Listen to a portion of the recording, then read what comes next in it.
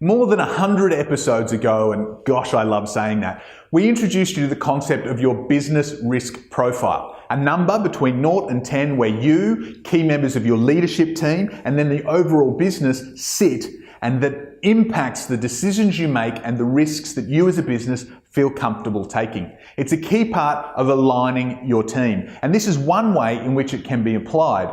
Let me introduce you to the business risk Heatmap. This is a visual way of mapping out all of the potential risks that could negatively impact your business. Now, you could create a whole long list of all of those. What we're doing here is trying to create something that's a little bit more fun and memorable because, hey, that's what we do on Blackboard Fridays. For every potential risk in your business, we want to measure it against two axes. The first is likelihood. How likely is it that that risk will come to pass? And then the second is severity. If that does come to pass, how severe an impact will that have on your business?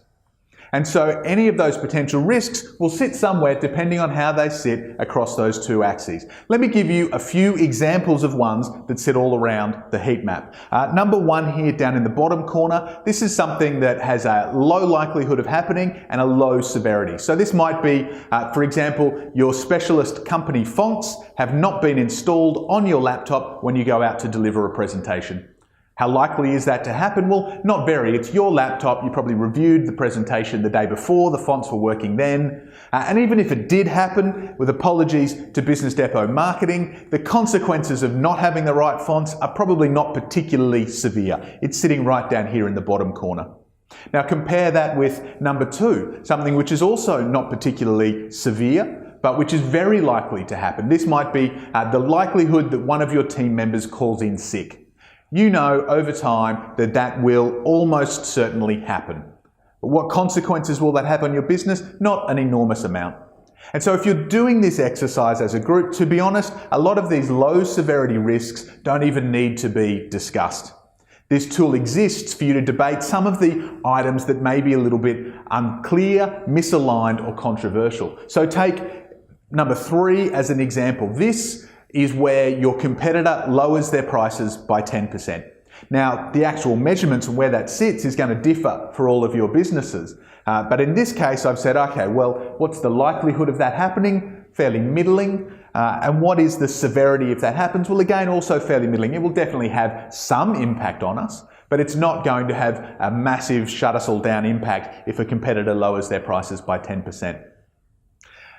And if we move to the far end of the severity and use some examples here, well, up right in that top corner at number 4, this is your founder dying. I mean, to a degree, with enough time frame, that is absolutely guaranteed to happen. And for most small to medium-sized enterprises that I know, the death of a founder would have a severe impact on the future of the business. Number 5 here is also quite severe. That's the chance of your founder dying while snowboarding down a volcano.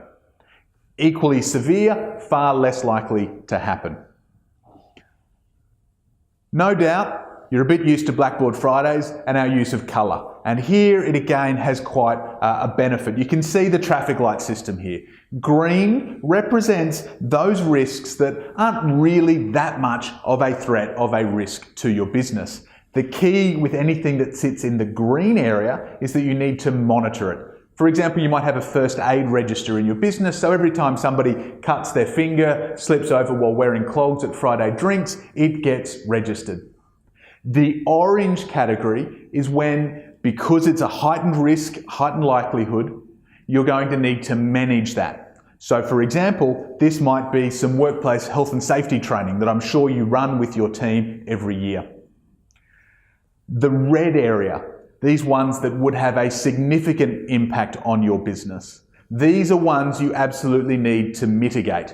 It's not sufficient to just monitor or manage your founder's snowboarding habits. You need to mitigate that risk so that if it does come to pass, it won't have a dire consequence on your business. So for example, insurances for key people in your team, and particularly the founders or shareholders, asset protection, a lot of those things are part of the mitigation you can do to minimize the impact of a severe risk.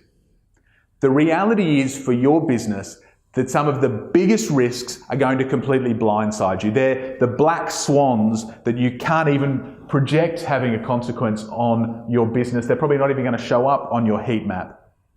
But for those things that you can foresee, having a conversation, mapping this out can help align your team to deciding what it is that you need to do, monitor, manage, or mitigate. And I'll give you one last link. The connection between this and that number, that business risk profile, is the higher your business risk appetite, the further to the right these green and orange lines are going to go. A business that has a risk appetite of 9 or 10 out of 10 is going to feel that they can monitor risks, where another business that has a risk profile of 5 is going to feel they need to be managed. There's no right or wrong answer with that, as long as you're not taking stupid risks. The key is having a number, having an agreed system, and having it there so that it can be aligned, comfortable, understood, and implemented so that your business can do what it really needs to do, which is not worry about the risks, go out there and create opportunities.